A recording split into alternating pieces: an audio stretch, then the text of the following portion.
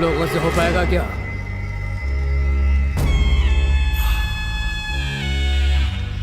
कहां से लेकर आओगी? हमें इन 13 दिनों तक बहुत ही चौकन्ना रहना होगा और बड़ी होशियारी के साथ ये काम करना होगा। अगर जरा भी चूक हुई तो खत्म। अब बताओ।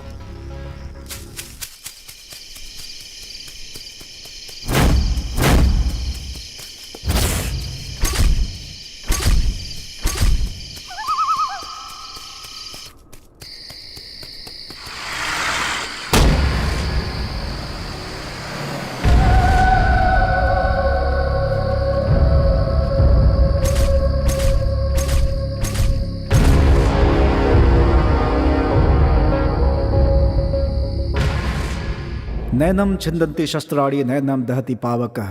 नश्वर शरीर को भेदा जा सकता है किंतु आत्मा को नहीं, जो अमर है। उद्धरेदात्मानम नात्मानम वसादयेत। अपनी मन की शक्ति के माध्यम से अपने आप को ऊपर उठाएं। अब से कई वर्षों पहले चरक सुश्रुत वाग्भट, जो आयुर्वेद के महर्षि माने जाते हैं, प्राणियों के जन्म मरण के विषय में चर्चा करते समय एक शिष्य ने उनसे प्रश्न पूछा कि जीवन और मृत्यु, इन दोनों के बीच क्या अंतर है। तब आचार्य ने उत्तर देते हुए कहा कि यदि प्रत्येक प्राणी के देह में एक चेतन धातु हो तो वो जीवित, और यदि ना हो तो मृत कहलाता है।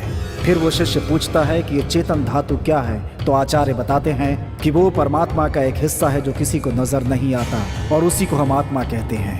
आत्मा शरीर के हृदय वाले भाग में होती है, ऐसा सुश्रुत आचार्य का मानना है। भगवत गीता में श्री कृष्ण कहते हैं, वासांसी जीर्णानि यथा विहाय नवानि गृह्णाति नरो पराणि तथा शरीरानि विहाय जीर्णानि अन्यानि संयाति नवानि देहि। जिस प्रकार मनुष्य पुराने वस्त्रों का त्याग कर नए वस्त्र धारण करता है, उसी प्रकार आत्मा भी वृद्ध शरीर को त्याग कर नया शरीर धारण करती है। जब आत्मा की मनोकामना पूर्ण होती है तो वो अपने मूल स्थान परमात्मा से मिल जाती है, अर्थात मोक्ष की प्राप्ति होती है।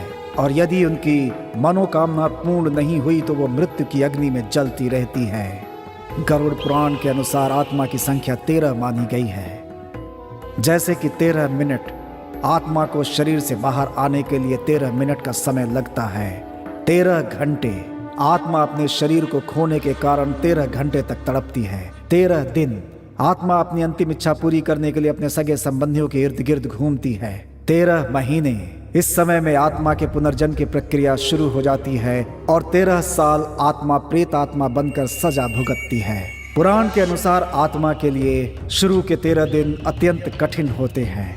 और साथ में गरुड़ पुराण में ये बात भी लिखी है कि देह से निकलते ही आत्मा देह की बाईं ओर आकर बैठती है और 13 घंटों तक अपने देह के साथ ही रहती है। अपने संबंधियों को रोने से मना करती है, किंतु उसकी आवाज किसी के कानों में नहीं पहुंचती।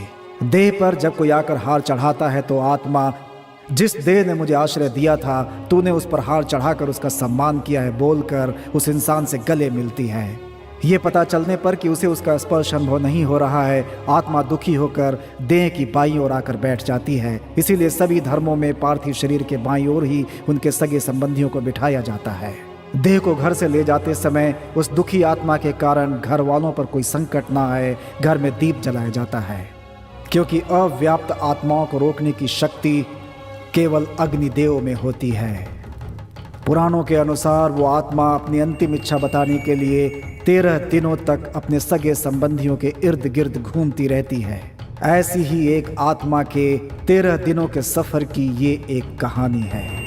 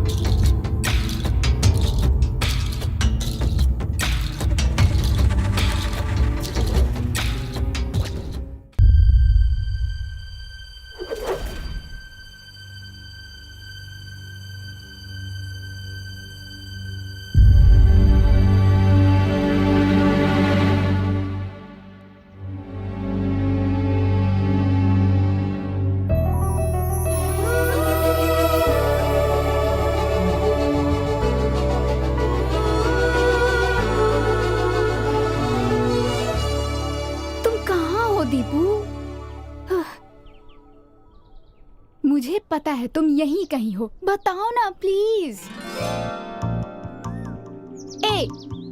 मुझे पता है कि तुम यहीं कहीं छुपे हुए हो। अगर तुम बाहर नहीं आए ना तो मैं यहाँ से वापस चली जाऊंगी। मजाक नहीं कर रही हूँ। हाँ। रुक जाओ प्लीज, जाने की बात मत करो जान। अच्छा, जान बोलकर तुम मुझे यहाँ पर इतना इंतजार करवा रहे हो, ये गलत नहीं है क्या? कसम से कहता हूँ गलत है, लेकिन अपने बॉयफ्रेंड को इतनी देर तक इंतजार करवाना ये भी तो गलत है ना। अच्छा, तो इस बात का तुम मुझसे बदला ले रहे हो? नहीं सुची, तुमसे किसी भी बात का बदला लेना या बुरा सोचना मुझसे नहीं होगा। मेरी तो हर धड़कन बस तुम्हारा ही नाम लेती है। लो सुनो, आई love you Suchi. I love you to.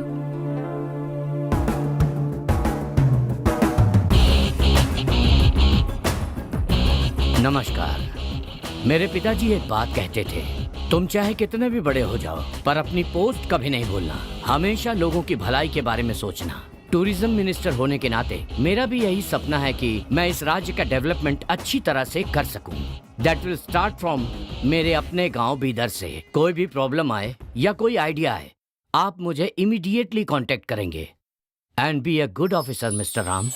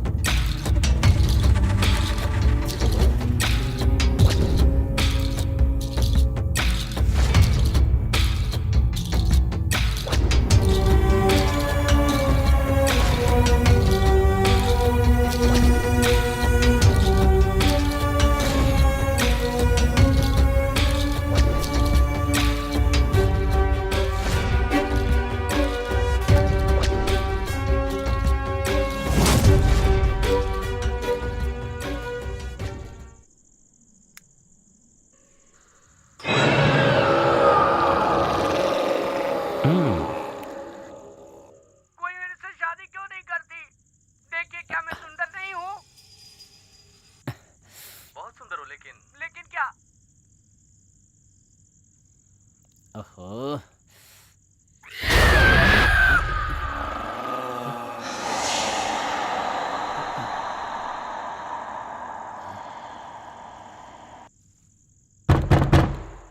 कौन है?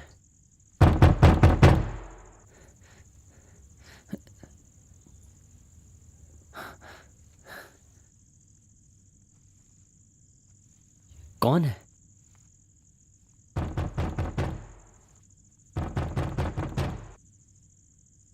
कौन होगा?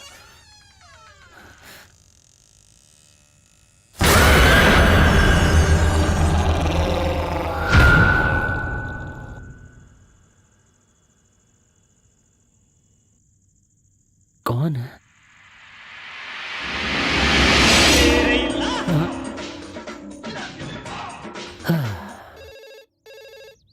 हेलो।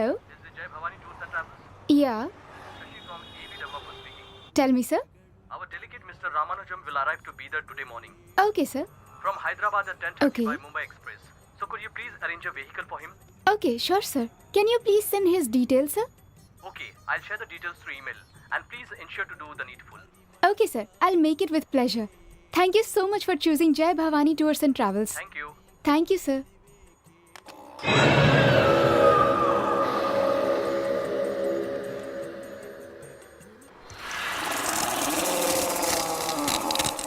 हेलो, आप अभी कहाँ हैं sir? On the way to office madam. तो एक काम, कहिए ना, आपका हुक्म सर आंखों पर। अब तुम जहाँ भी हो वहाँ से यू टर्न मारकर सीधा रेलवे स्टेशन पहुँचो। ओके, उसके बाद? हैदराबाद से एक रामानुजम नाम का आदमी आ रहा है। हेलो,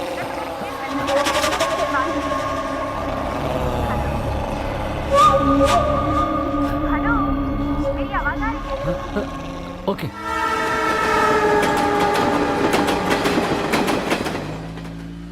गाड़ी मिली ना सर? हाँ अभी मिली, मैं आ रहा हूँ। वैसे मेरे स्टेटस के हिसाब से बहुत छोटी गाड़ी है, अगर बड़ी गाड़ी होती तो ज़्यादा अच्छा होता। It's a very small city, no problem. Be on the line. Okay sir, मैं मीटिंग के लिए जा रहा हूँ, तो क्या तुम लोगों ने मुझे कोटेशन भेजा है? ज़रा इंक्वायरी करो। अभी बता दो सर।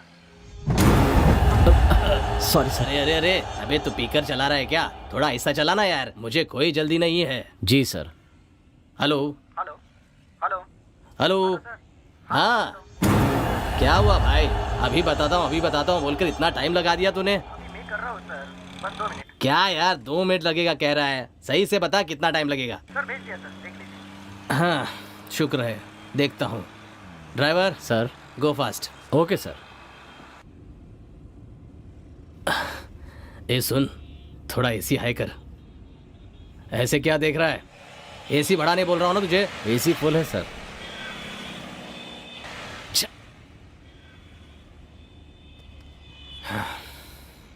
यहाँ रोड भी बेकार है और कार भी बेकार है, नेटवर्क भी नहीं है। वहाँ देखो कितनी गंदगी है। छे, पता नहीं कैसे जीते हैं यहाँ। हैं? कार की कांच धोते हो या नहीं? हैं? तू पिया है क्या? मैनर्स नहीं सिखाई है क्या? मैं इज्जत से ही पेश आ रहा हूँ सर। तू तो बहुत ही घमंडी है।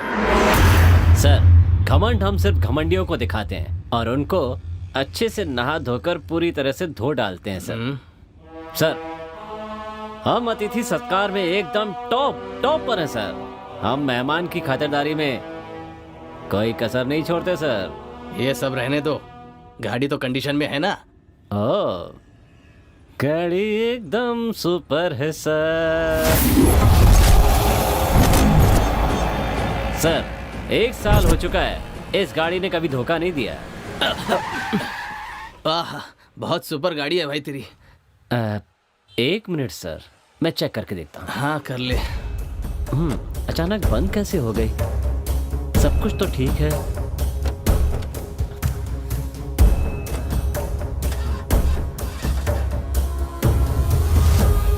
सर बस 2 मिनट सर, मैं ठीक कर दूंगा। हाँ जल्दी कर। ज्यादा टाइम नहीं है। सब कुछ ठीक लग रहा है, फिर चल क्यों नहीं रही है? सर आप बाहर क्यों आ गए सर? बहुत धूप है सर, अंदर बैठिए, मैं 2 मिनट में ठीक कर दूंगा। बस 2 minute sir. Sir please. 2 minute बोलकर 2 घंटे लगा दिए तुमने बनाने में। Sir please sir. वक्त की कीमत जानता है तू? Sir please sir. एक कस्टमर को बिठाने से पहले गाड़ी कैसी है, ठीक है या नहीं, ये पहले चेक करने के बाद फिर लेकर आना चाहिए था। इतनी अकल नहीं है तुझे? इडियट। रुक, तेरे सेठ को फोन लगाता हूँ मैं। सर मेरा काम चला जाएगा sir. Sir please. Imported suit गंदा कर दिया तूने, इडियट।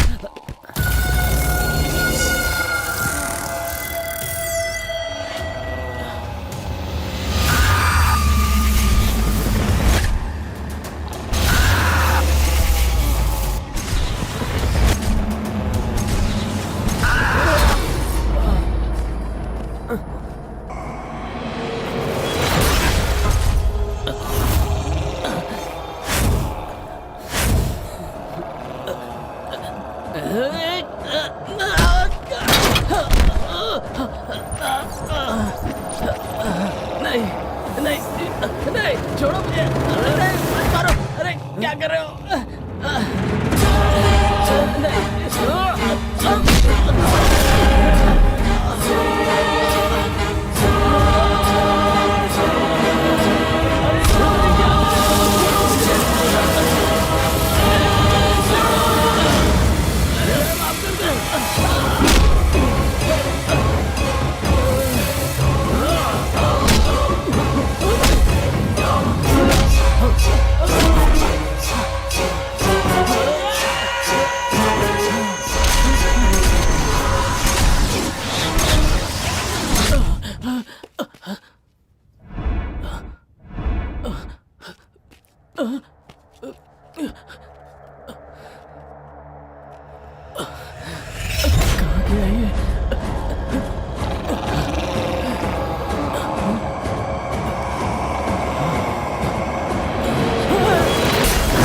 क्या हुआ सर?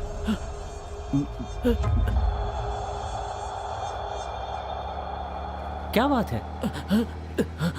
आपको किसने हाथ मत मारा? लगा। बोलिए ना सर। कितना मारा तुमने मुझे? सर मैंने मारा? हाथ मत लगा। खुद मारा और पूछ रहा आप किसने मारा? हाँ? सर हाथ मत लगा बोला ना। सर चलिए हाथ सर। मत लगा। जा सर रुकिए तो। बाप रे। ओहो, आखिर हुआ क्या? कुछ समझ में नहीं आ रहा है। हाँ। तुम यहाँ काम करने आए हो या गुंडागर्दी करने आए हो? हाँ, कस्टमर हमारे लिए भगवान है। Customer is God for the businessman. और तुमने उन्हें मारा? उन्होंने ऐसा क्या किया जो तुमने उन्हें मारा? सर मैंने ऐसा कुछ नहीं किया सर। कुछ नहीं किया मतलब क्या? क्या वो जानबूझकर अपने कपड़े फाड़कर यहाँ तमाशा करने आए थे? तुम्हारे भाई की वजह से मैंने काम पर रखा। जब आए थे तो कैसे थे और अब कैसे हो गए हो? सर वो तुम जाओ यहाँ से, गेट लॉस्ट। जाओ जाओ, दोबारा अपनी शक्ल मत दिखाना। जाओ।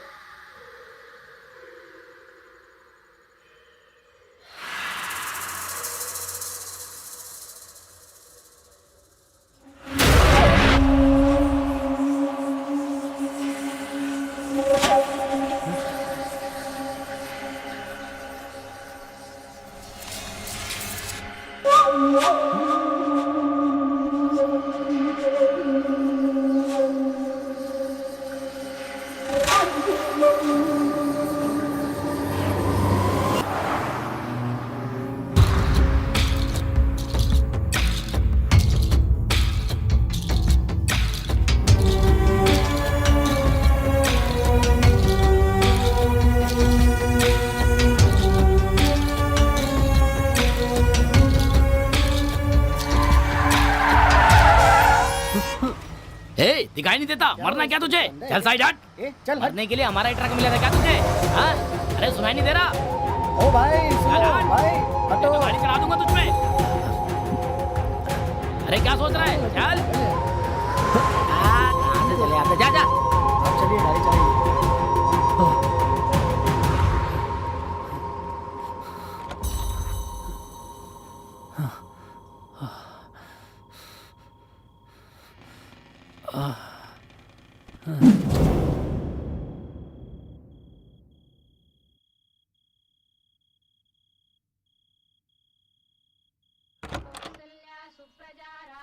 मैं जा रही हूँ माँ। सूची, नाश्ता तो करके जाओ बेटा। अरे नहीं माँ, वो अभी तैयार भी नहीं हुआ होगा, आलसियों की तरह सोया पड़ा होगा, और आज तो ऑफिस जल्दी भी पहुँचना है। चलती हूँ माँ। ठीक है, संभल कर जाओ। तुम भी ख्याल रखना। बाय। दीपू,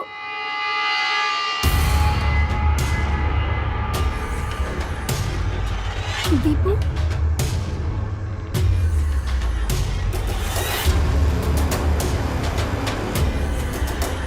अरे क्या हुआ दीपू?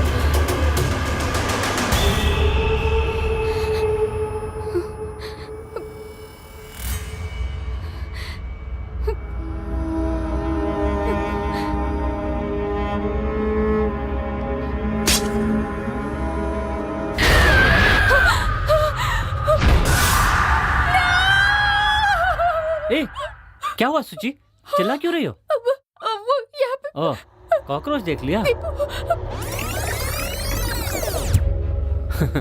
बैचलर के घर में कॉकरोच वगैरह, बाथरूम में गंदा अंडरवियर, ये सब तो कॉमन चीजें यार। मैं तो डरपोक हूँ ही, तुम तो मुझसे भी ज्यादा डरपोक हो। तुम्हें तो पता ही होगा, कल जिस फंक्शन में जा रहा हूँ वहां पर एक हीरो आने वाला है। और मेरा बॉस मुझे बहुत पसंद करता है। कभी कभी चिल्लाता है पर वापस बुला लेता है ना? हाँ। हे, तुम इतनी खामोश क्यों? अब उनके बारे में सोचने का टाइम नहीं है। चलो, देर हो रही है।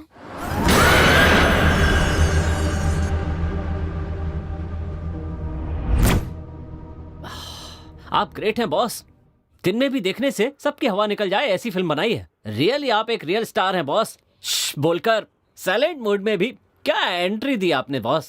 Really super boss. Vibration mode पे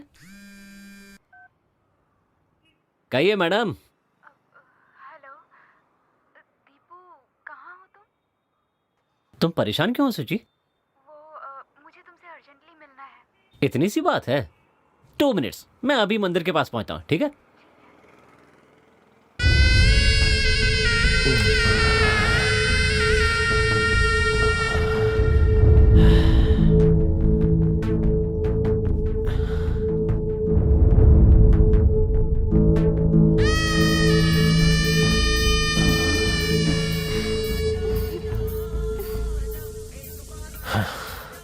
ओह, बॉस का फोन।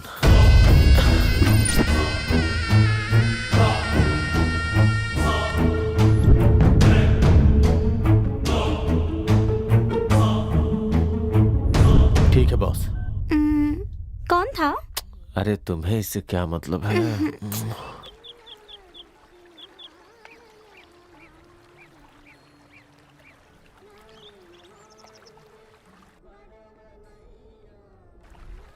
क्या हुआ सुची? तुम बोल क्यों नहीं रही हो?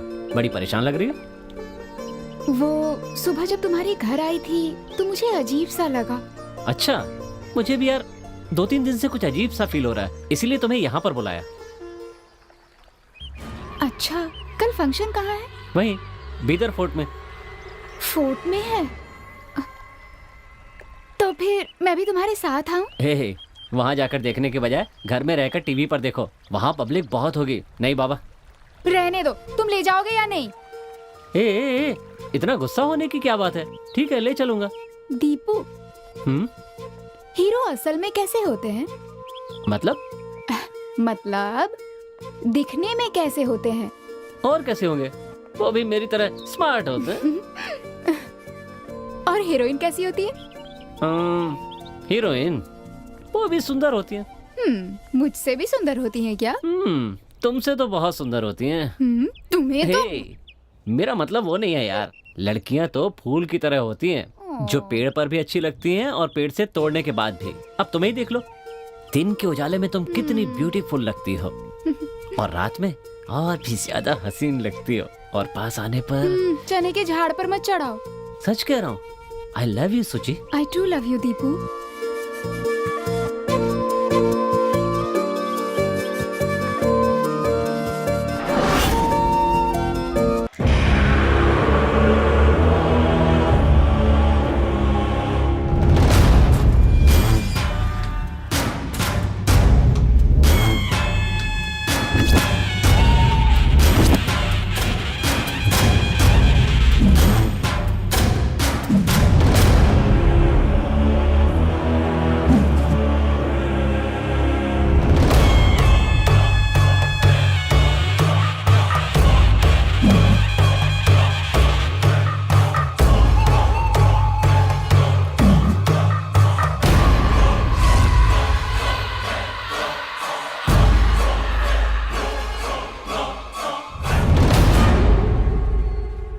सुची, तुम्हारे लिए खाना लेकर आऊं क्या? मैं फंक्शन में खा कर आई हूँ। तुमने खाया? हाँ, मैंने खा लिया, लेकिन तुम ऐसे ही मत सोना, एक गिलास दूध पी लेना। ठीक।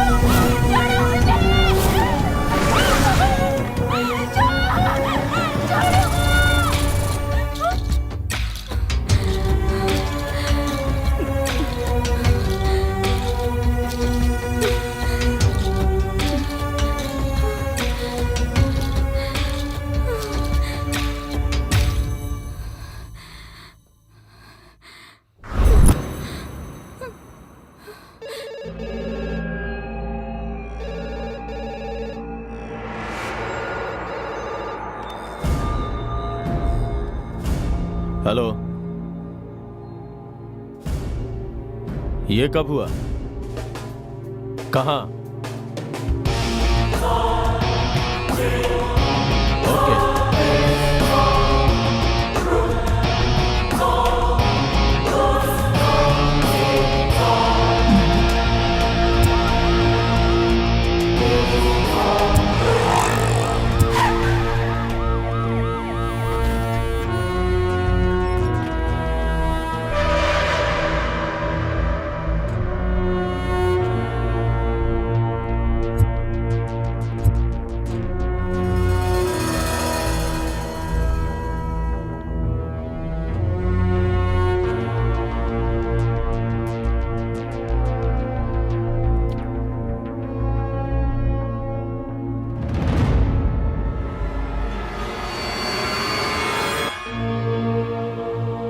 इसने आत्महत्या क्यों की?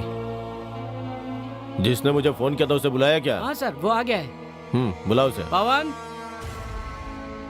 सर, वो आ गया। नमस्ते सर। बॉडी को पोस्टमार्टम के लिए भेज दो। जी सर। और रिपोर्ट लेके थाने आ जाना। ठीक है सर। और इसका फोन नंबर भी ले लो। Okay sir. इंक्वायरी के लिए इसे बुला लेना। ठीक है सर। आज सुबह रामेश्वरम नाम की एक कॉलोनी में एक व्यक्ति ने खुद को फांसी लगाकर अपनी जान दे दी और बताया जा रहा है कि ये हत्या भी हो सकती है। इस मामले को लेकर पुलिस इंक्वायरी भी शुरू हो गई है और इस जगह की तलाशी भी हो चुकी है। एक पड़ोसी से पूछने पर पता चला है कि वो मरने वाले व्यक्ति का नाम उदय है और वो तरकारी बेचता था। कैमरामैन सुरेश के साथ कार्तिक। खुदा हाफिज पंडित। तुमने खबर सुनी क्या रफीक? हाँ, खबर सुनी मैंने।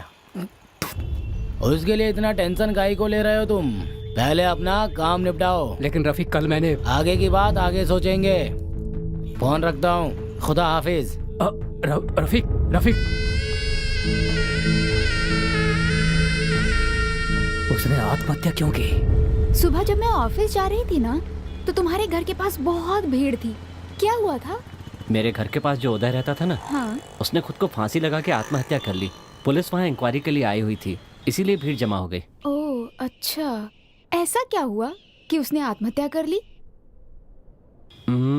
ये तो मुझे भी नहीं पता, लेकिन जब भी मिलता था हाय हेलो करता था। अच्छा, ठीक ही लगता था। मुझे भी समझ में नहीं आ रहा है कि उसने ऐसा क्यों किया होगा। खैर छोड़ो, सबकी अपनी अपनी प्रॉब्लम होती है ना? सुची कहाँ चली गई?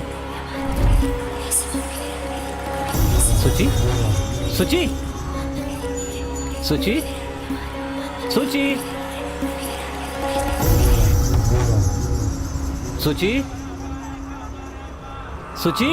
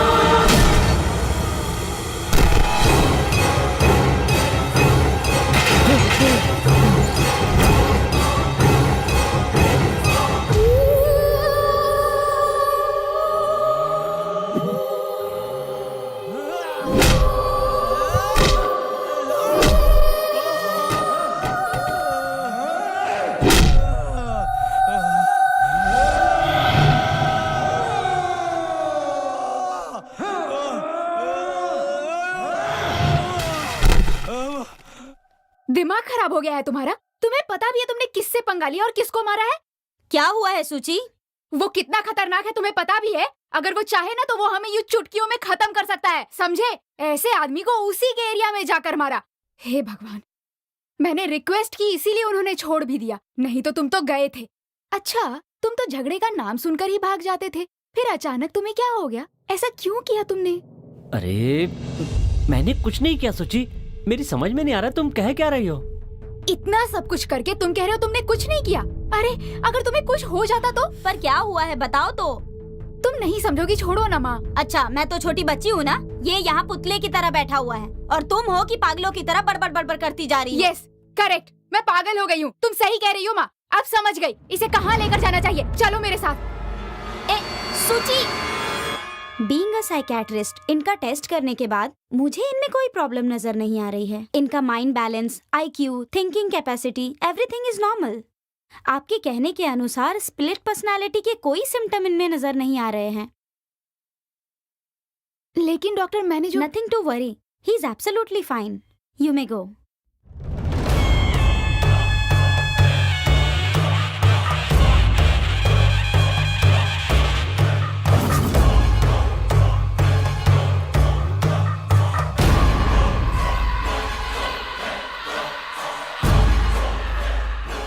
और कितने दिन ऐसे ढूंढते रहेंगे हम लोग?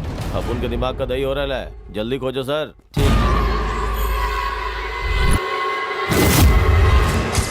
इसे देखकर तो लग ही रहा है यहाँ का डॉक्टर क्या, कोई विदेशी डॉक्टर भी इसके बारे में यही कहेंगे। मतलब डॉक्टर को दिखाने से कुछ नहीं होने वाला है। इसे कहाँ लेकर जाना चाहिए और इसके साथ क्या करना चाहिए ये मुझे पता है।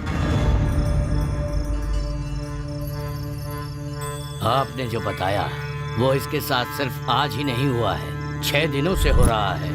6 दिनों से हम लोग सिर्फ किले के चक्कर लगा रहे हैं पंडित। अब सिर्फ 7 दिन बचे हैं, पता नहीं क्या होगा। तुम जरा शांत रहोगे क्या? बाबा, ये किस लिए? वो इसलिए क्योंकि पिछले 6 दिनों से एक बहुत ही ताकतवर रूह इसके पीछे पड़ी हुई है और वही इसे सता रही है। उस रूह से कोई तकलीफ तो नहीं होगी? उसे क्या तकलीफ हो सकती है? वो इसके पीछे क्यों पड़ी हुई है? वो इसके साथ ऐसा क्यों कर रही है? ये जानना आसान नहीं है। मिला? नहीं मिला।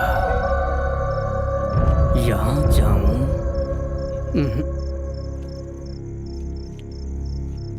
या यहाँ?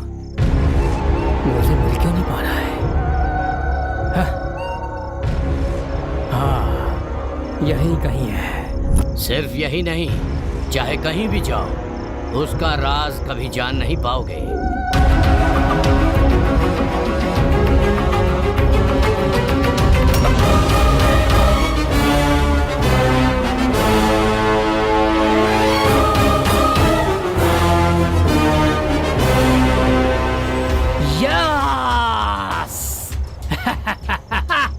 यस यस, यही वो जगह है जिसे हम इतने दिनों से तलाश कर रहे थे। Finally we got it. 6 दिनों से हम लोग जिस जगह को ढूंढ रहे थे, आज वो मिल ही गई। इंशाल्लाह। पंडित जी, आपने घर दिखाया। यस, क्योंकि वो एक असंतुष्ट आत्मा है। वो इंसान की रूह में घुसी हुई है। अपनी इच्छा पूरी किए बगैर वो आत्मा इसका पीछा नहीं छोड़ेगी।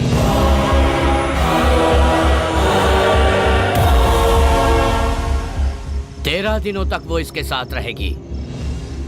लेकिन एक बात मैं आपको बताना चाहूंगा, उसके पास अपना काम पूरा करने के लिए 7 दिन बचे हैं। 7 दिन बचे? रफीक, शफी, मुरली, आज शाम को ठीक 7 बजे तुम लोगों को 7वें दिन का काम जो मैंने बताया था वो शुरू कर देना चाहिए। ठीक है सर। हो जाएगा पंडित। हाँ, ये जो 7 दिन है इसके लिए खतरे से खाली नहीं है। 8वें दिन से हम लोग अपने सारे के सारे सपने पूरे कर सकते हैं, जो चाहे कर सकते हैं। बट हमें ये 7 दिन बहुत ही चौकन्ना रहना होगा।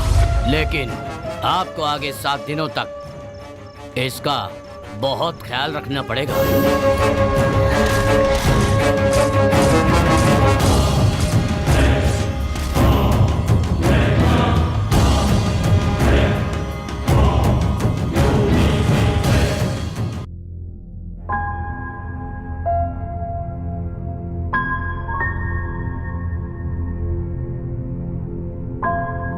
फर्स्ट सेंचुरी की लड़की होकर तुम किसी बाबा पर यकीन कर रही हो? 6 दिन खत्म हो चुके हैं, 7 दिन ही बाकी हैं। इस तरह 13 दिन आत्मा वात्मा पीछा करती है, ये सब बकवास सुनकर अपना दिमाग खराब करके बैठी हो। तुझमें दिमाग है या नहीं?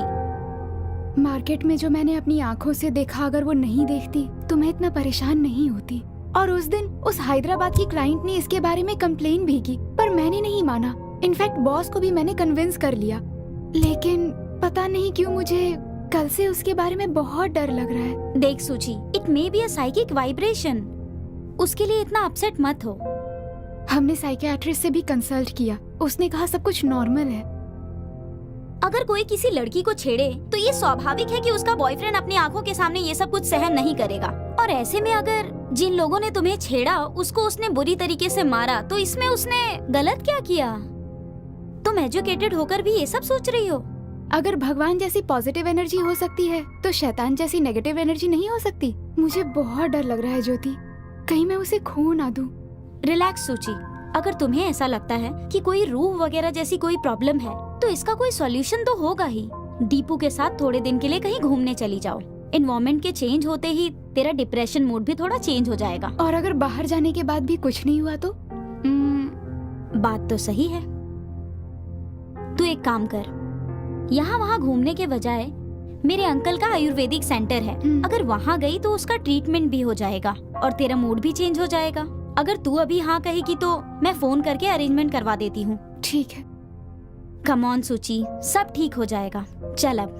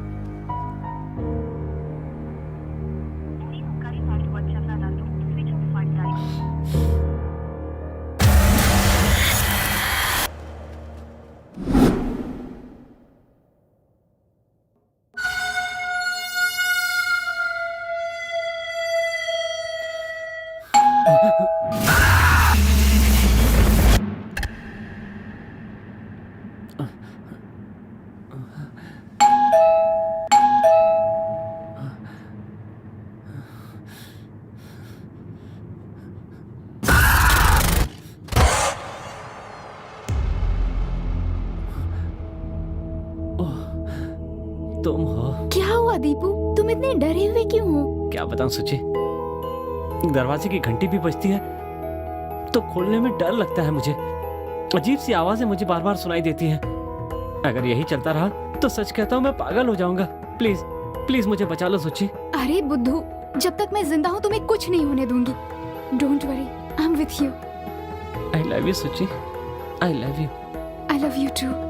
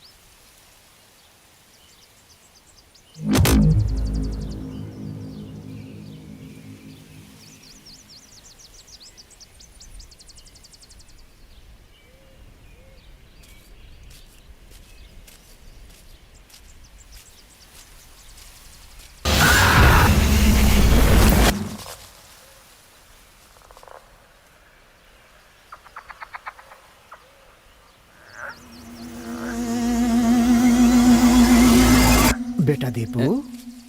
नमस्ते गुरुजी। नमस्ते बेटा दीपू। तुम्हें रात को कोई डरावना भयानक सपना आता है क्या? और फिर उस सपने में तुम्हें कोई बुला रहा है, ऐसा महसूस होता है क्या? ऐसे सपने तो नहीं आते सर, लेकिन क्या? हकीकत में ये चीजें मेरे साथ हो रही हैं सर। अच्छा। यही कुछ 8-10 महीने से पता नहीं क्यों मेरे घर जाते ही कोई मेरे आगे पीछे आसपास घूम रहा है, मुझे अपने पास बुला रहा है, ऐसा लगता है। ठीक है, ये बात तुमने अपने माँ बाप को बताई? कहने के लिए कोई मेरा अपना है ही नहीं सर, मैं नाथ हूँ। ओ माफ करना मुझे। माँ बाप तो नहीं है, लेकिन मेरा एक बहुत अच्छा फ्रेंड है जिसने मुझे हमेशा एक भाई की तरह संभाला है। उसे बता सकता था पर वो 10 दिन पहले चेन्नई गया हुआ है। ठीक है, बढ़िया। क्या तुम्हें प्रेत, भूत, आत्मा, पुनर्जन्म, इन चीजों में विश्वास है क्या? सर वो ठीक है, चलो मेरे साथ।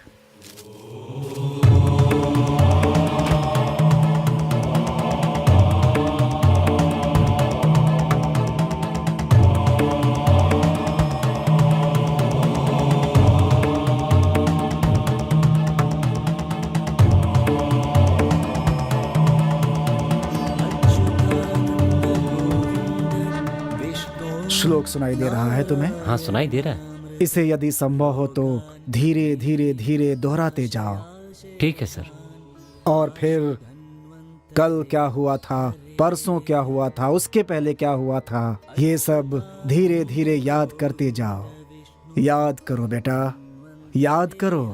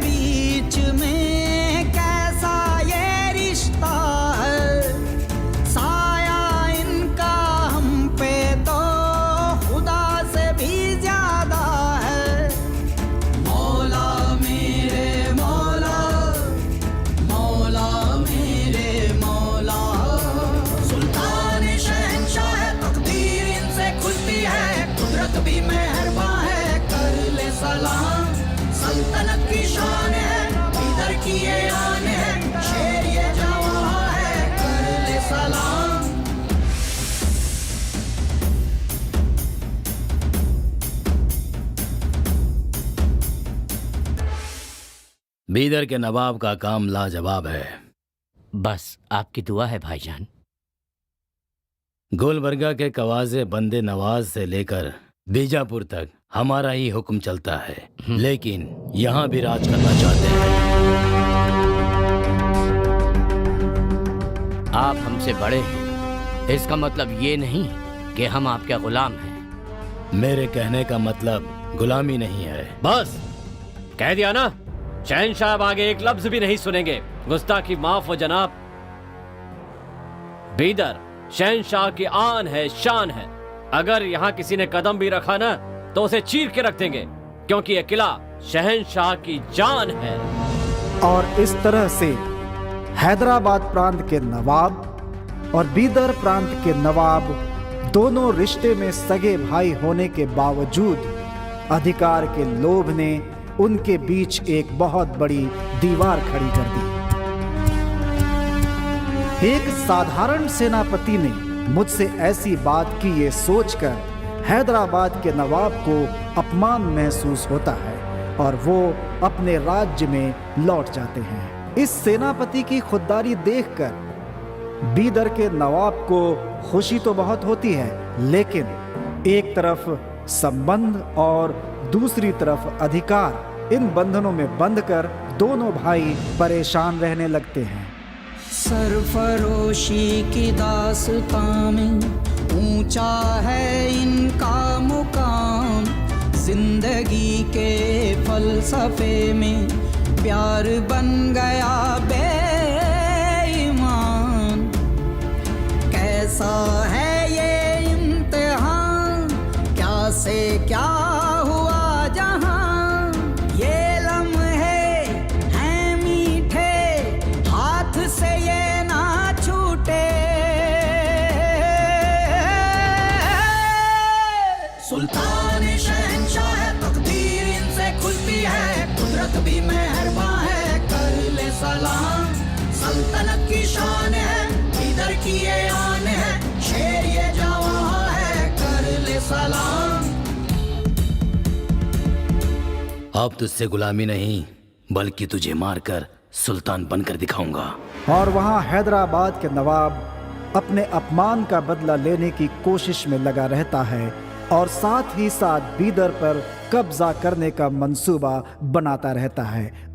और इधर बीदर के नवाब औरंगाबाद के सफर के दौरान एक सुंदर सी कन्या को देखकर मोहित हो जाते हैं। उसकी 7 पत्नियां होने के बावजूद मैं इस लड़की से शादी करूंगा, ऐसा संदेश उसके माँ बाप को भिजवाते हैं। ये हसीना हमारी अगली बेगम है। राजा के आदेश का उल्लंघन करने की हिम्मत लड़की के माँ बाप में नहीं थी, इसलिए वह ना चाहते हुए भी अपनी सुंदर कन्या का विवाह राजा के साथ कर देते हैं, क्योंकि ये उनके लिए एक गर्व की भी बात थी। वो कन्या नवाब के साथ बीदर के लिए निकल पड़ती है और बीदर की प्रजा बड़े धूमधाम से इन दोनों का स्वागत करती है। दिलों के बीच में कैसा ये रिश्ता है, साया इनका हम पे तो खुदा से भी ज्यादा है। मौला मेरे मौला, मौला मेरे मौला। सुल्तान शहंशाह है, तकदीर इनसे खुलती है, कुदरत भी मेहरबान है, कर ले सलाम। सल्तनत की शान है, इधर की ये आन है, शेर ये जवां है, कर ले सलाम।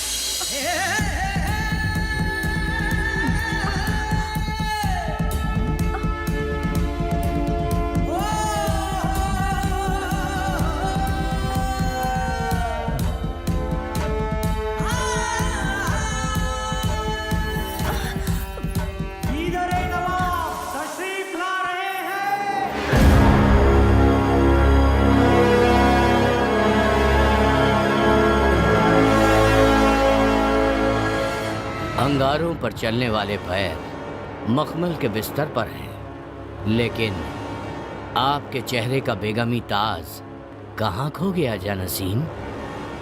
जनाब, आपसे क्या छुपाना। मैं नहीं चाहती थी कि मैं किसी की बेनाम बेगम बनूं या 8वीं हसीना बनूं। मैं तो अपने दिल में पनाह देने वाले एक दिलदार को चाहती थी। बस माफ कीजिए जनाब। आप हमारी बेगम तो हैं, लेकिन उससे पहले आप यहाँ की रियाया हैं और लोगों के साथ जबरदस्ती करना हमारे इस जिस्म में जब तक जान है तब तक तो ये मुमकिन नहीं। आपने ये सोच भी कैसे लिया कि हम आपके साथ जबरदस्ती कर सकते हैं हसीना?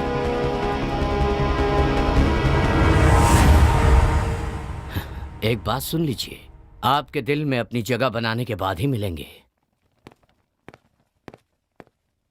अल्फाजों में कह ना पाऊं, मिल गया ऐसा इनाम, टूटे दिल से रह ना पाऊं, हंस पड़ेगा ये जहां। कैसा है ये इम्तिहान, क्या कमी है मेरी जान, ये मुश्किल की महफिल कैसे करूं मैं बयां।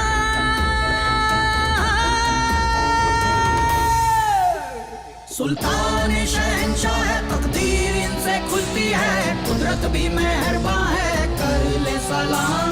सल्तनत की शान है, इधर की ये आन है, शेर ये जवां है, कर ले सलाम। कुछ दिनों के बाद हैदराबाद के नवाब बीदर के नवाब को एक पत्र भेजते हैं। पत्र में लिखा होता है कि अगर पत्र के मिलते ही 15 दिनों के भीतर तुम मुझसे आकर नहीं मिलोगे तो मैं युद्ध की घोषणा कर दूंगा। भाईजान होने के नाते हमारे हाथ बंधे हुए हैं, वरना ऐलान जंग के लिए हम भी तैयार हैं। प्रजा की खुशी के लिए, भाई से अपना रिश्ता बनाए रखने के लिए युद्ध ना करने का निर्णय करके वो हैदराबाद जाने की तैयारी शुरू करते हैं। उसी समय औरंगाबाद से भी एक पत्र आता है जिसमें लिखा होता है कि रानी के पिता की तबीयत ठीक ना होने के कारण उनके पिता रानी से आखिरी बार मिलना चाहते हैं। ऐसी हालत में क्या करें क्या ना करें सोच सोच कर राजा एक फैसला करते हैं और अपने वफादार सैनिक को अपने पास बुलाते हैं और रानी को पूरी हिफाजत के साथ औरंगाबाद ले जाने की जिम्मेदारी उसे सौंप देते हैं। जी हुजूर।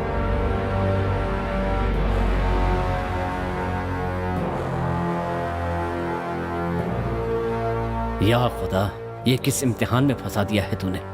शहंशाह से ये बात मैं कैसे बयां करूं कि उनकी रानी मुझे चाहती है। अपने शहंशाह के भरोसे की कीमत मैं कैसे चुकाऊं, और शहंशाह के हुक्म को मैं मना भी नहीं कर सकता। हाँ, यही ठीक होगा। फिर सेनापति अपने एक करीबी मित्र को बुलाता है और उसे एक छोटा सा बक्सा और एक पत्र लिख कर देता है और कहता है कि अगर मैं किसी कारणवश वापस नहीं लौटा तो ये चीज़ें अपने नवाब को दे देना। और इसके बाद वो रानी को लेकर सफ़र पर निकल पड़ता है और फिर रास्ते में। मैं आज तक तेरे जनाब के साथ बिस्तर पर हुई नहीं। मुझे पता है। तू मुझे कबूल कर ले। जहां पनाह से गद्दारी जब तक इस जिस्म में जान है तब तक मुमकिन नहीं है।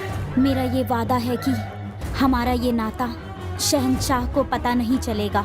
वो मेरे खुदा हैं और मेरे खुदा के साथ न मैं गद्दारी करूंगा और ना किसी को करने दूंगा। मैं भी देख लूंगी मुझसे बेवफाई करके शहंशाह से कैसे वफादार रहेगा। रानी सेनापति को उससे प्यार करने के लिए जबरदस्ती उकसाती है। चूंकि वफादार सेनापति मना कर देता है, इसलिए रानी उसके ऊपर आरोप लगाती है कि सेनापति ने उसके साथ बलात्कार करने की कोशिश की। ये खबर सुनते ही नवाब सेनापति से कुछ पूछे बिना ही सब कुछ सच मानकर उसे द्रोही करार देता है और उसे फांसी पर चढ़ा देता है। और जैसे ही ये बात सेनापति के मित्र को पता चलती है, वो बक्सा जो सेनापति ने उसे दी थी नवाब को सौंप देता है।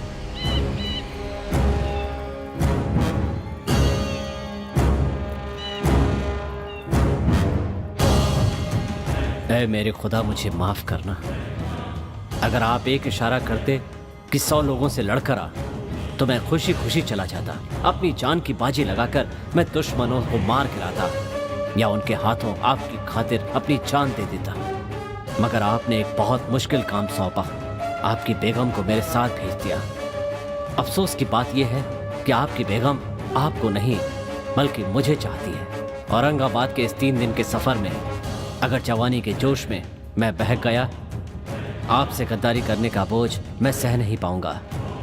इसलिए मैं अपनी मर्दानगी को खत्म कर रहा हूं।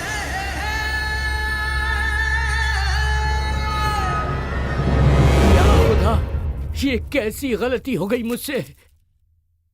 अपने राजा के प्रति वो सेनापति इतना वफादार था कि उसने अपना लिंग काटकर अपने पुरुषत्व का त्याग कर दिया था ताकि उससे कोई गलती ना हो।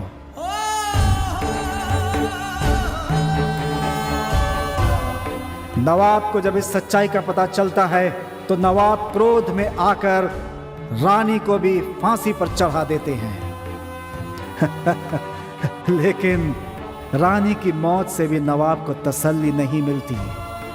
एक फरेबी औरत की वजह से अपने उस वफादार सेनापति को खोने के गम में वो टूट से जाते हैं। अगर पुनर्जन्म जैसी कोई चीज है तो उस जन्म में मैं अपनी जान की बाजी लगाकर तुम्हारी रक्षा करूंगा, ऐसी दुआ वो नवाब ऊपर वाले से मांगते हैं। और इन सारे फसाद की जड़ और कोई नहीं बल्कि हैदराबाद का नवाब था। औरंगाबाद से मैंने ही एक हसीन लड़की को तेरे पास भेजा। एक ही तीर से 2 शिकार किए और तुझे और तेरे सेनापति को खत्म कर दिया। तेरे ही हाथों से उसे फांसी का फंदा पहना दिया। उस दिन उसकी आवाज बीदर के किले में गूंज रही थी ना, अब मेरी हंसी की आवाज पूरा बीदर सुनेगा।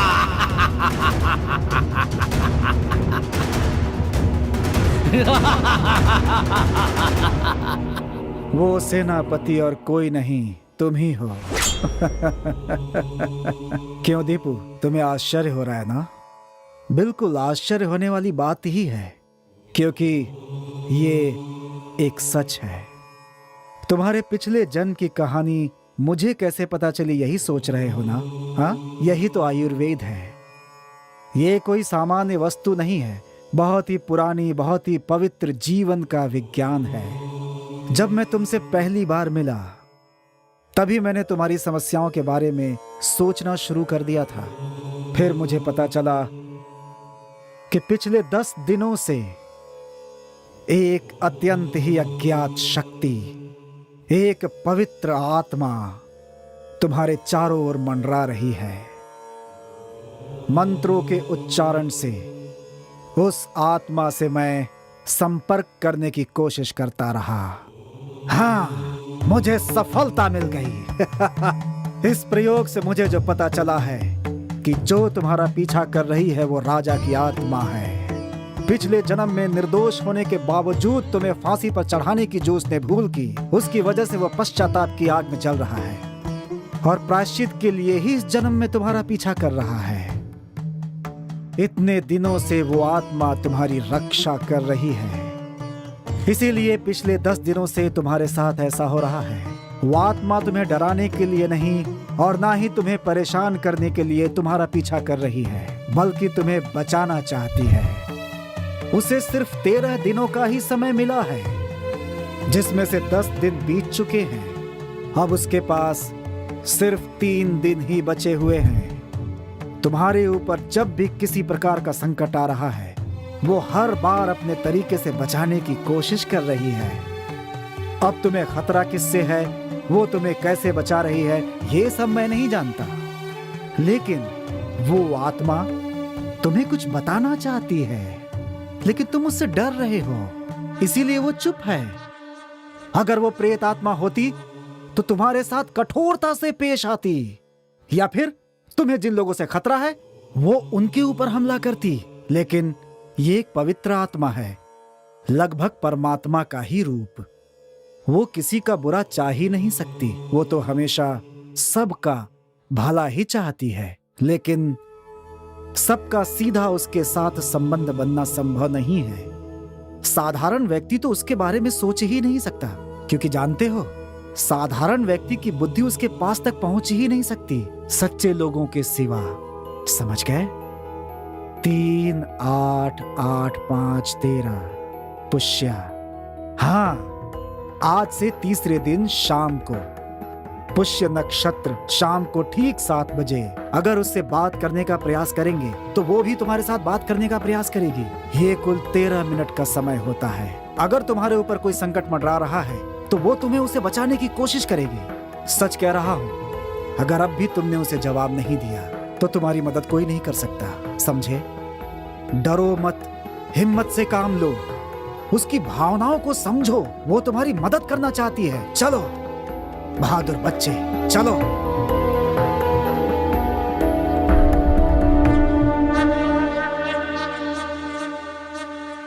सुची, क्या हुआ माँ? डॉक्टर ने क्या कहा? अरे माँ, डरने की कोई जरूरत नहीं है। दरगाह वाले बाबा की तरह ही 3 दिन ख्याल रखने को कहा है, बस इतना ही। पता नहीं वो क्या कहेंगे, ये सोचकर मैं बहुत डर गई थी। मैं कुछ नहीं चाहती, बस तुम दोनों खुश रहो, मेरे लिए इतना काफी है। बस तुम दोनों की शादी करवा दूंगी तो मेरी जिम्मेदारी खत्म हो जाएगी और तुम लोगों की नई जिंदगी शुरू हो जाएगी। क्या पता क्या शुरुआत होगी। क्या कहा? कुछ नहीं, शादी आराम से होगी ना। शादी आराम से ही करेंगे, लेकिन जल्द से जल्द मंगनी कर लेते हैं। तुम लोगों के आने से पहले मैंने पंडित जी से बात करके रखी है। कल का दिन बहुत शुभ है, उन्होंने कहा कल ही मंगनी करवा लो। कल ही? अरे इतनी भी क्या जल्दी है माँ? बेटा ये सब मैं नहीं जानती, मैं जो कह रही हूँ वो करो। हमेशा तुम्हारी ही जिद नहीं चलेगी। कल का दिन ही शुभ है ऐसा उन्होंने कहा है। उनका कहना है कल अगर मंगनी हुई तो शादी के बाद भी तुम दोनों सुखी रहोगे। ये लो। लेकिन माँ, लेकिन वेकिन कुछ नहीं सुनने वाली। कल हर हाल में मंगनी होकर रहेगी, बस। तुम्हारा क्या कहना है दीपू? हाँ।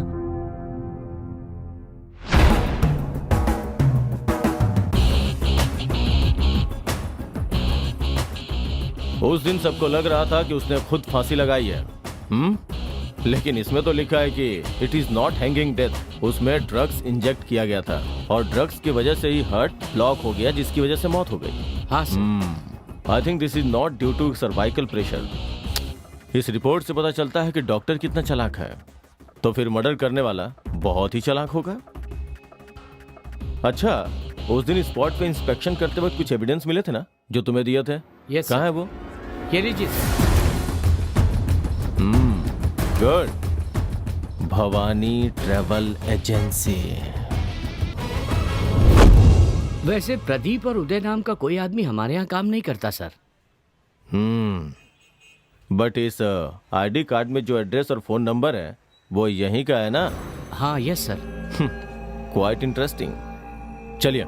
हाँ सर, मेरा स्टाफ यहीं है, आइए मिलाता हूँ। हाँ अच्छा, तो नागेश जी ये आपके स्टाफ हैं क्या? ये ऑफिस स्टाफ है सर। इनके अलावा 6 ड्राइवर भी हैं। वो टूरिस्ट को अटेंड कर रहे हैं। आते ही उन्हें थाने भेज दूंगा। अरे आप तकलीफ मत कीजिए, अब तो मेरा आना जाना लगा ही रहेगा। वो आए तो मुझे बुला लीजिएगा। पक्का पक्का सर। थैंक यू, चलता हूँ।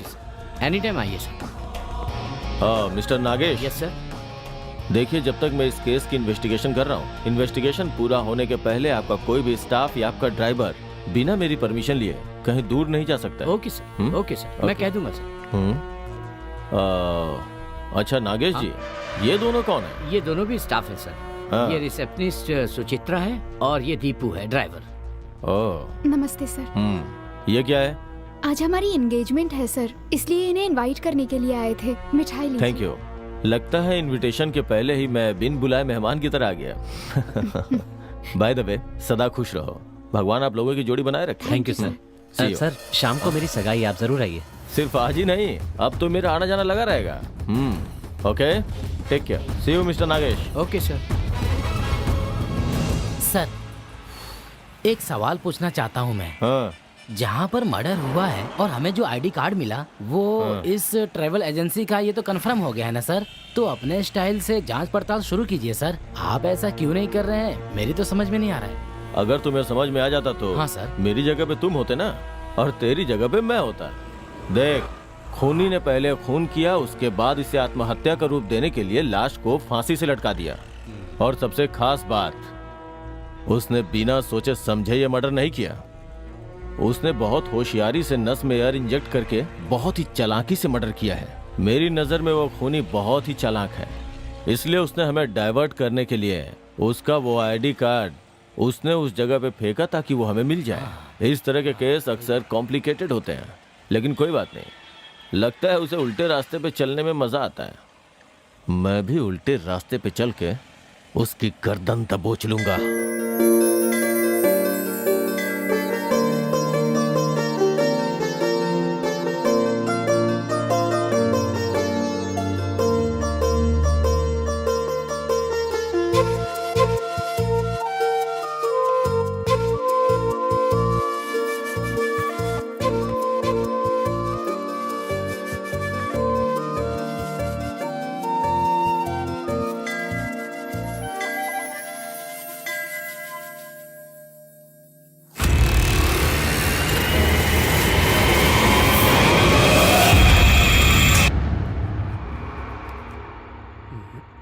मेरे हिसाब से यहीं कहीं होना चाहिए।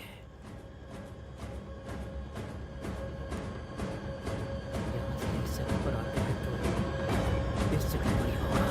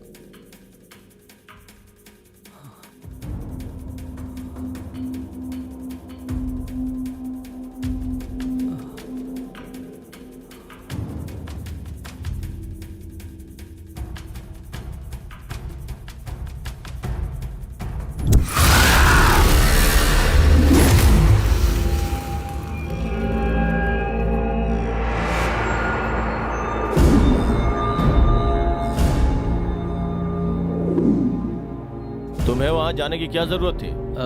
क्योंकि वो हमारे बार का रेगुलर कस्टमर था सर, और उस दिन फर्स्ट टाइम नहीं, उससे पहले भी कई बार ड्रिंक्स मंगवाया था सर उन्होंने, और सुबह जाकर मैं उनसे पैसे कलेक्ट करता था। उस दिन भी गया था सर। अच्छा, ये बताओ, रात को जब तुम ड्रिंक्स लेकर गए थे तब वो घर पे अकेला था क्या? हाँ, एक आदमी और था सर। उसे पहले कभी देखा था क्या? नहीं सर, पहले तो कभी नहीं देखा, लेकिन अब मैं उसे पहचान सकता हूँ सर। हाँ, गुड। उसके घर के पास कोई मेडिकल स्टोर है क्या? मेन रोड के पास एक है सर। ओके, तुम नीचे जाओ, मैं आता हूँ। Okay sir.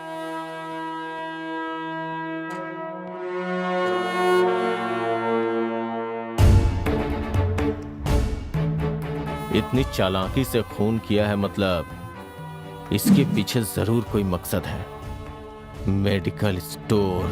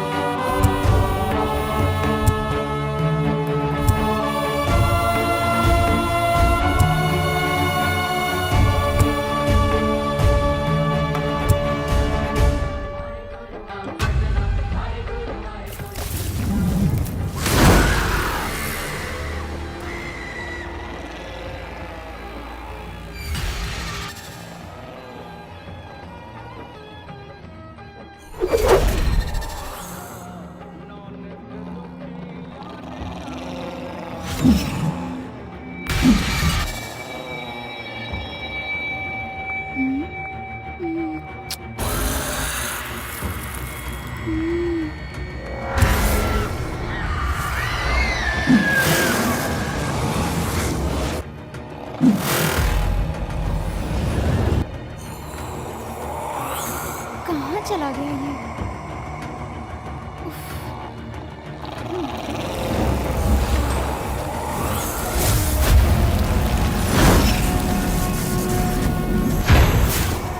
कहाँ ढूंढूं?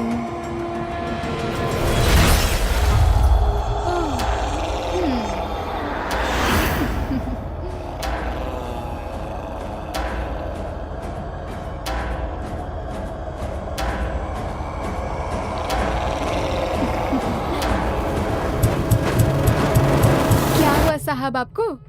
किस ख्याल में डूबे हुए हैं? नहीं कुछ नहीं, उस डॉक्टर ने जो कहा अगर वो सच हुआ तो उसके लिए इतना सोचने की क्या जरूरत है? जो होना है वो हो कर रहेगा। तुम बेकार में टेंशन मत लो। लेकिन वो लेकिन मुझे नहीं सुनना। मैंने कहा ना, कल से सब कुछ ठीक हो जाएगा। हम पहले जैसे ही रहेंगे। अब मैं तुम्हारी एक नहीं सुनूंगी। कल शाम को मैं 5 बजे आऊंगी। तुम तैयार रहना। मैं तुम्हें एक नई जगह लेके जाने वाली हूँ। ठीक है।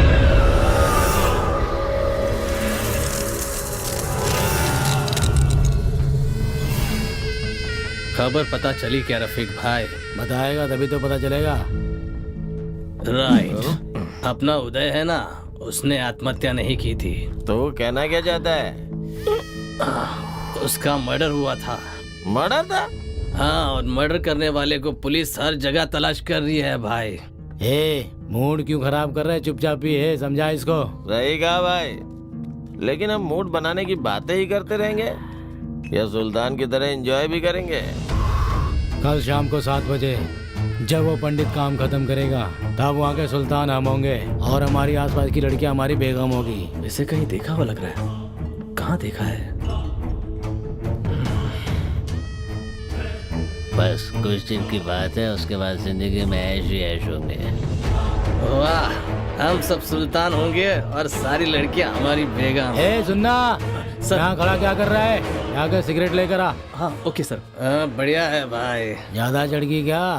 मजा करेंगे भाई, मजा करेंगे। ये पूरा साम्राज्य ना हमारा होना चाहिए। हाँ भाई।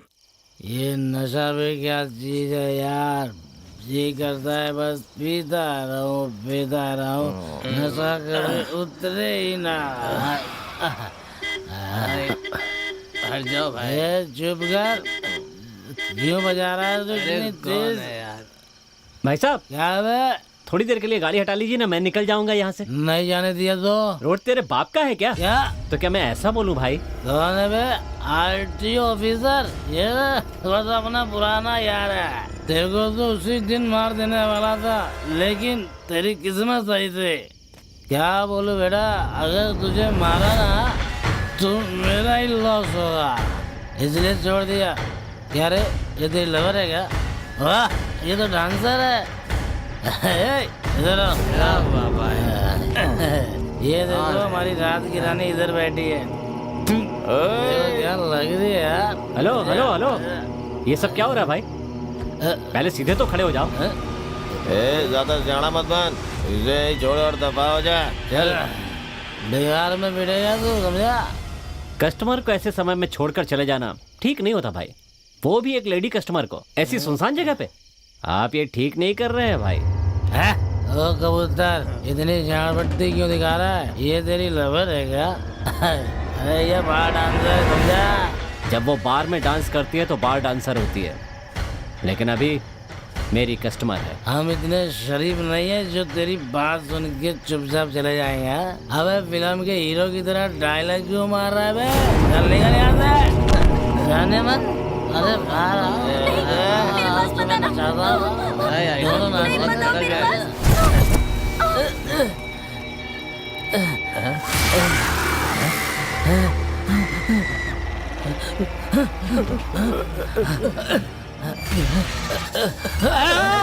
अरे भूतिया भागो, भागो भाई।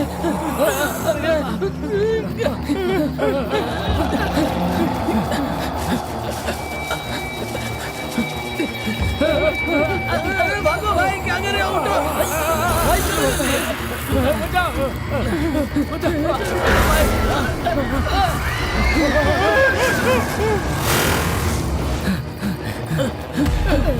दरवाजा खोलो, दरवाजा खोलो, बंद करो। क्या हुआ, क्या हुआ?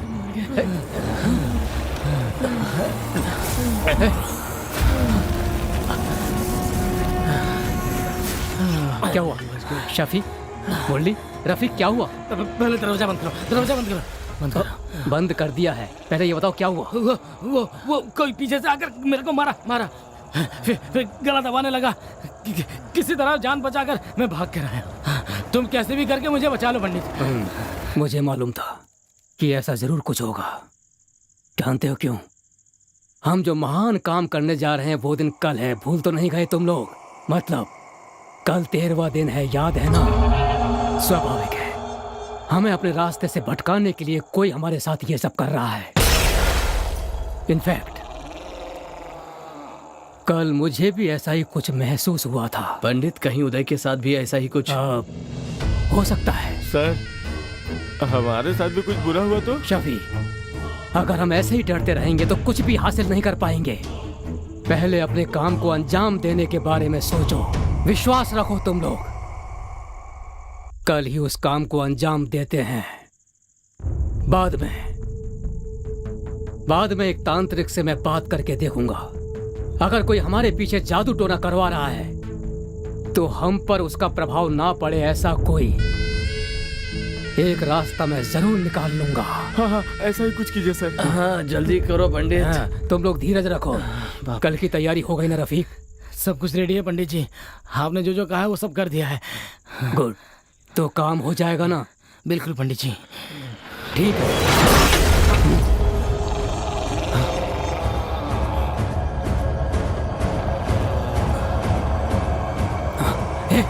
डरो मत, कूल रहो, कूल।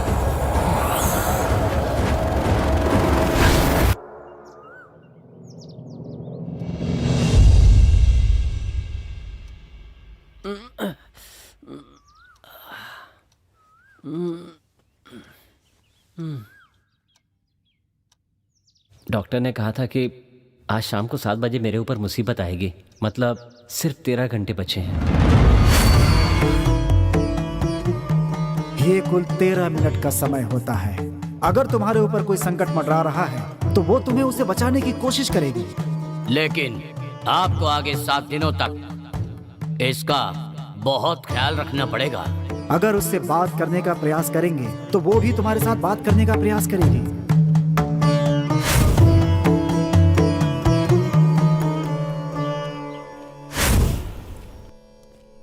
नमस्ते सर। अरे पवन, क्या हुआ आज इतनी सुबह सुबह? सर, उस दिन रात को उदय के साथ जो आदमी था ना, वो कल रात हमारे बार में आया था सर। आपको मैंने उस वक्त फोन भी किया था, पर आपका फोन नहीं लग रहा था सर। अच्छा, हो सकता है नेटवर्क की प्रॉब्लम रही हो। सर ये देखिए, मैंने उसकी फोटो ली है। गुड। वो कुछ बड़ी चीज की प्लानिंग कर रहे थे सर। इसके साथ और 2 लोग थे। आज रात को किले में कुछ काम खत्म करने की बात कर रहे थे सर। मतलब यहीं आस पास में रहते हैं वो? हाँ सर। दोबारा तो मैं फिर बुलाऊंगा, आ जाना। जरूर सर। ठीक है, थैंक यू।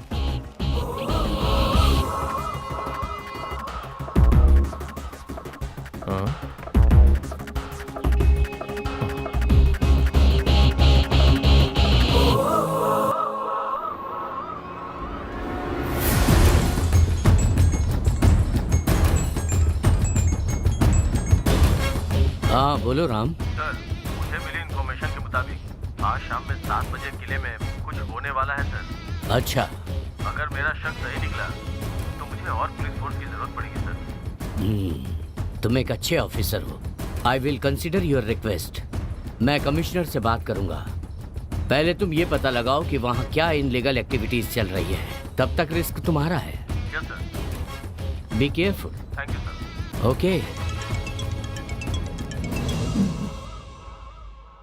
Good morning. अरे गुड मॉर्निंग अपने बाजू में रखिए। हमने अपनी तरफ से सारी तैयारी कर ली है। आपकी तैयारी हो गई या नहीं, आप बताइए। ओह, तैयारी हो गई है। किसी को हमारे बारे में पता चला ना तो हम सबकी कहानी खत्म हो जाएगी। अब तक जैसा मेंटेन करते आए ना, वैसे ही मेंटेन करना होगा। फिक्र मत करो रफीक, सब कुछ आराम से हो जाएगा। इंशाल्लाह ऐसा ही हो जनाब।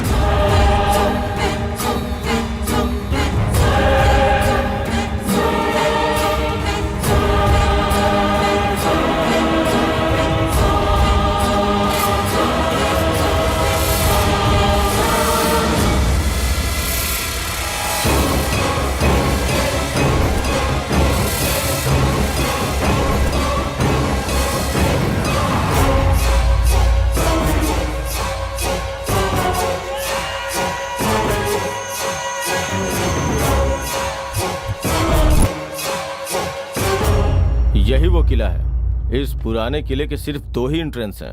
अगर हम उसे ब्लॉक करके कवर करेंगे तो वो जरूर फंसेंगे।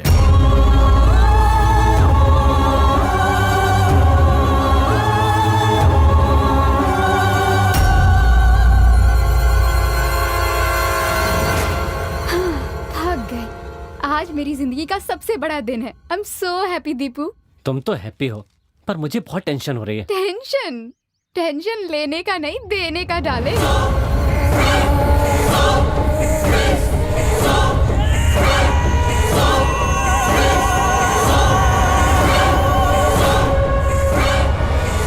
सब ठीक हो जाएगा। चलो चलते हैं।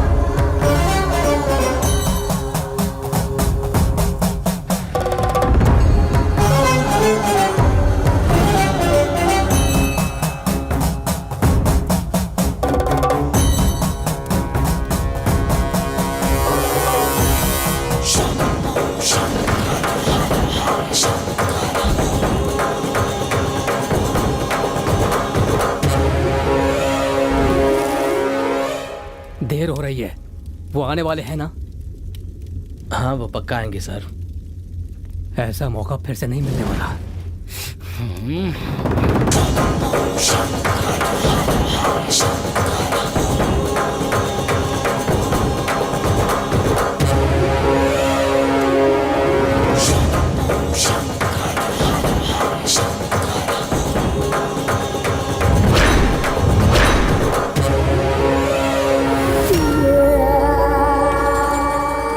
ये सब क्या है सची? मुझे यहाँ पर क्यों लेकर आई हो? सब पता चल जाएगा।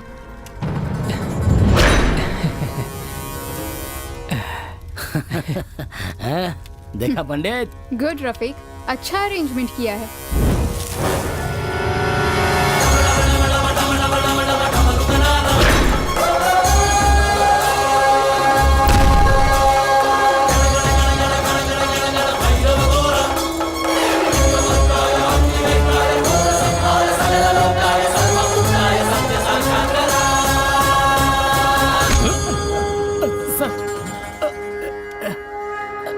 क्या हो रहा है यहाँ पे?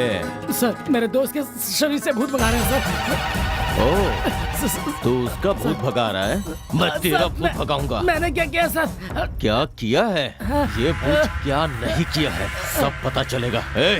सर, वो क्या है ना कि ये पूजा उसी के लिए चल रही है। चुप! बिना किसी सबूत के कोई बात नहीं करता ये राम गोपाल राव। बता, उदय कौन है ये तू अच्छी तरह जानता है ना? वो जो आत्महत्या करके मरा, मैं उसे जानता हूँ सर। झूठ मत बोल। मैं झूठ नहीं बोल रहा हूँ सर।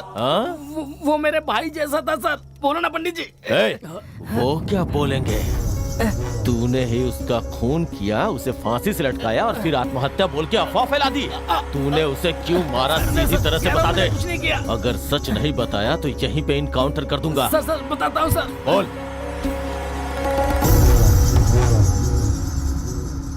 नमस्ते भाई। भाई पैसे सुबह आके ले जाना। ठीक है भाई। और एकदम सुबह सुबह मत आ जाना। ओके भाई। भाई अगर हमें 10 करोड़ मिल जाए तो क्या करोगे? आपस में बांट लेंगे और क्या। हम में से कोई मर गया तो?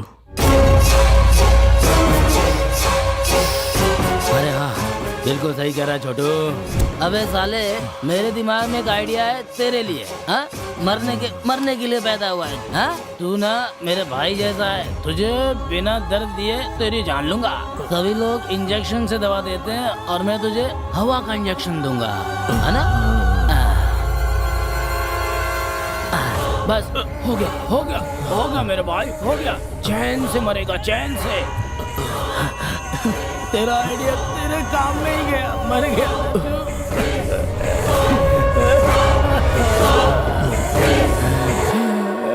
इतनी कम उम्र में ही आत्महत्या कर दी तूने। मेरा भाई कैसा था, मुझे छोड़ के चला गया। अब मैं किसके साथ दारू पीऊंगा? नस में एयर इंजेक्ट करता है, बहुत बड़ा डॉक्टर है क्या?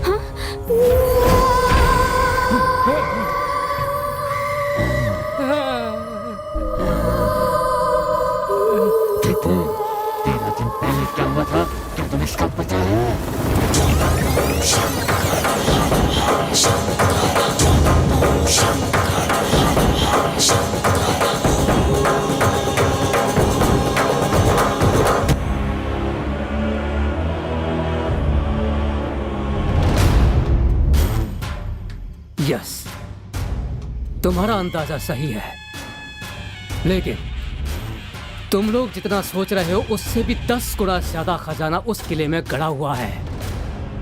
16वीं शताब्दी में निजामों ने बड़ी चालाकी के साथ अपना सारा खजाना बहुत ही सुरक्षा से इस किले के नीचे गाड़ दिया था। वो खजाना किले में कहाँ है उसका पता मैं जरूर लगाऊंगा, लेकिन उस खजाने को वहां से बाहर निकालना इतना आसान नहीं है। उसे वहां से बाहर निकालने के लिए कहते हैं 13 साल में एक बार पुष्प नक्षत्र में एक बड़ी पूजा करवानी होती है। 13 साल के बाद? हाँ, लेकिन उन 13 सालों को पूरा होने में अब सिर्फ 13 दिन ही बचे हैं। सिर्फ 13 दिन। और एक और जरूरी बात यह है कि उसे जमीन से बाहर निकालने के लिए हमें 5 जीवों की बलि चढ़ानी होगी। 5। ये तुम लोगों से हो पाएगा? अरे पंडित, थोड़े से पैसे के लिए अपने माँ बाप को भी बेचकर खाने वाले लोग हैं हम। अगर बोरी भर के सोना मिलेगा तो हम कुछ भी करने के लिए तैयार हैं। आगे का डिटेल बताओ तुम। अरे ये काम इतना आसान नहीं है रफीक, इसमें हमारी जान भी जा सकती है। पैसे से दुनिया चलती है पंडित, काम कोई भी हो चलेगा। तो ठीक है, आज से ठीक 13 दिनों के बाद ठीक 7 बजे हम लोगों को पूजा शुरू करवानी होगी और हमें बलि चढ़ानी होगी। पानी में रहने वाले जीव की बलि, भूमि पर रहने वाले एक जीव की बलि और आकाश में उड़ने वाले एक जीव की भी बलि। इन सभी जीवों की बलि हमें देनी होगी। Last but not in the list, पुष्प नक्षत्र में जन्म हुआ। हमारे पूजा के समय तक एक ऐसा नर जो हमेशा से ब्रह्मचर्य का पालन करता हो, ऐसे मनुष्य की बलि चढ़ानी होगी। पंडित, तुमने जो कहा वो हम सारी चीजें ला सकते हैं, लेकिन पुष्य नक्षत्र में जन्मे हुए ऐसे आदमी को हम कहाँ से लाएंगे बताओ? हाँ, ये तुम लोगों को सोचना है। इन सबसे भी जरूरी है पुष्प नक्षत्र में जन्मा हुआ आदमी। अब बोलो, क्या तुम लोग ये काम कर सकते हो? हाँ, हो जाएगा। उस ब्रह्मचारी लड़के को मैं लेकर आऊंगी, बाकी का इंतजाम तुम लोग कर लेना। तुम लाओगी? किसे लाओगी और कैसे लेकर आओगी तुम? वो लड़का है ना दीपू, जो कि मेरे प्यार में पागल हुआ पड़ा है, उसे लेकर आऊंगी। इसकी जिम्मेदारी मैं लेती हूँ। उस लड़की के बारे में बताने के लिए मैं दीपू के पास दौड़ा चला रहा था। किसी तरह से दीपू को तुमसे दूर रखना चाहता था, लेकिन रास्ते में एक ट्रक ने मुझे टक्कर मार दी। मैंने दीपू को समझाने की बहुत कोशिश की, लेकिन फिर उसे ये सोचकर छोड़ दिया कि डर से उसे कुछ हो न जाए। तुमने दीपू से दूर करने के लिए जब तुम दीपू के घर गई तो तुम्हें डराने की कोशिश की। हाँ, लेकिन तुम इसे लेकर चली गई। हाँ, तुम दोनों को दूर करने की मैंने बहुत कोशिश की, पर मेरी सारी कोशिशें नाकामयाब हो गई।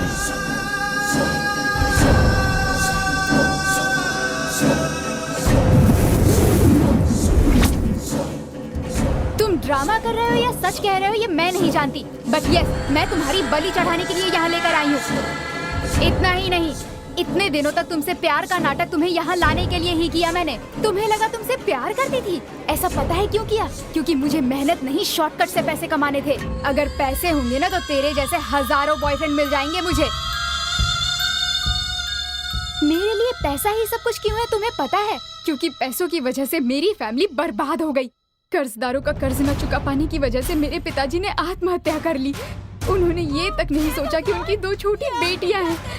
अब कैसे रहेंगे हम लोग? क्या किया ये आपने? उसी दिन मैंने डिसाइड कर लिया कि कुछ भी करूंगी, पर लाइफ में बहुत सारा पैसा कमा कर रहूंगी। और तभी मुझे इस किले के खजाने के बारे में पता चला। जल्द से जल्द अमीर बनने का मुझे यही एक रास्ता नजर आया, लेकिन इतने बड़े किले में खजाना कहाँ है ये मुझे नहीं पता था। इस बात का पता करने के लिए मैं इस पंडित और आर्कियोलॉजिस्ट से मिली। बाकी कामों के लिए मैंने रफीक, शफी और मुरली से कांटेक्ट किया। हम हर रोज इस किले में आते थे, पर फिर भी हमें पता नहीं चला कि खजाना कहाँ है। उस दिन जब हम मार्केट में कुछ जरूरी बात कर रहे थे, तब तुम बीच में आ गए और तुम्हारी मारपीट और गुस्सा देखकर मैं बहुत डर गई थी। मुझे कुछ ना हो इसलिए तुम्हारा आयुर्वेदिक ट्रीटमेंट करवाया। इतना ही नहीं, मुझे तुम पसंद नहीं थे, फिर भी मैंने तुम्हारे साथ एंगेजमेंट की। खजाना मिलने के बाद उसके ज्यादा हिस्से ना करने पड़े, ये सोचकर मैंने टीम के एक एक आदमी को मारने का प्लान बनाया और उसके लिए रफीक को सुपारी दी। खून तुमने किया है इस बात का शक पुलिस को तुम पर हो। मैंने इसका भी प्लान बनाया, पर हो नहीं पाया। अरे पंडित जी, आप अपनी पूजा शुरू करिए ना।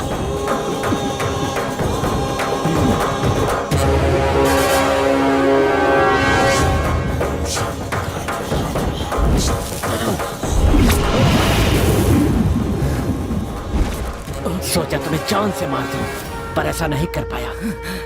ये पूजा न कर पाया, इसलिए मैंने इसे भी डराने की बहुत कोशिश की, पर इसने भी नहीं माना। मेरा कोई काम पूरा नहीं हुआ। इसे डराने से कुछ नहीं होगा ये सोचकर मैंने इसका पीछा छोड़ दिया। फिर इसके पास गया। उस दिन 11वें दिन मैंने इसे डराने की कोशिश की, लेकिन ये कोशिश भी नाकामयाब हुई।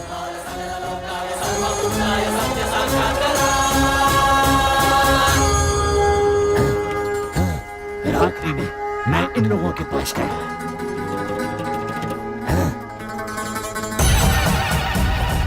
ये लोग राक्षस है सर, राक्षस है।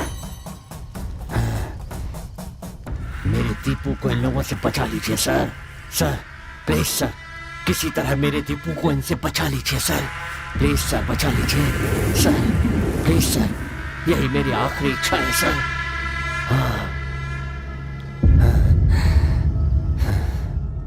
एक ऐतिहासिक स्मारक में खजाना है, ऐसी गलत बात फैलाकर इस काम को अंजाम देने के लिए और ये साजिश रचने के लिए, यानी एक इंसान का खून करने की कोशिश करने के जुर्म में नारायण पंडित और उनके चारों साथियों को ये अदालत आईपीसी सेक्शन 320 बी के तहत उम्र कैद की सजा सुनाती है।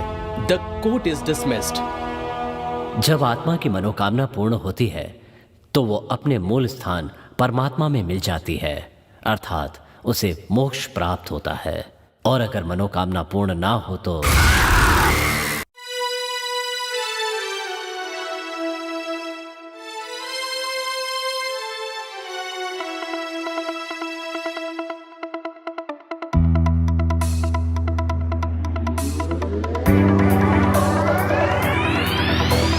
याद आ रहा है,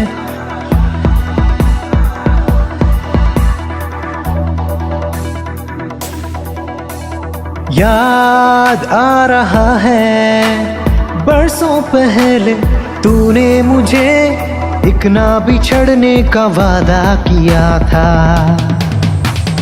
याद आ रहा है, बरसों पहले तूने मुझे एक ना बिछड़ने का वादा किया था।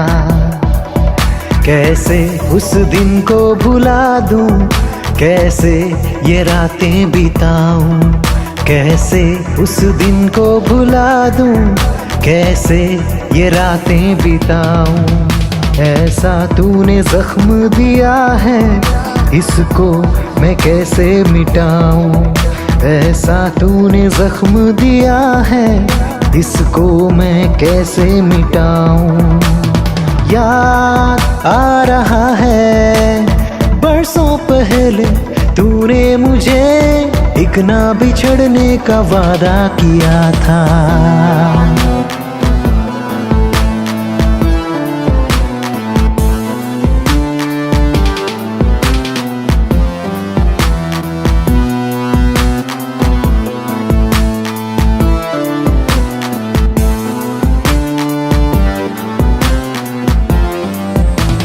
लेके सारी खुशियाँ ऐसे क्यों धोखा दिया।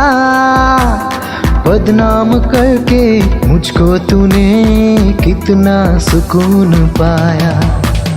लेके सारी खुशियाँ ऐसे क्यों धोखा दिया। बदनाम करके मुझको तूने कितना सुकून पाया। हाँ, लेके सारी खुशियाँ ऐसे क्यों धोखा दिया। बदनाम करके मुझको तूने कितना सुकून पाया। कैसे उस दिन को भुला दूं, कैसे ये रातें बिताऊं। कैसे उस दिन को भुला दूं, कैसे ये रातें बिताऊं।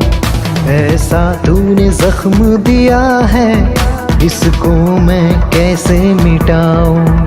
ऐसा तूने जख्म दिया है, इसको मैं कैसे मिटाऊं। याद आ रहा है, बरसों पहले तूने मुझे एक ना बिछड़ने का वादा किया था।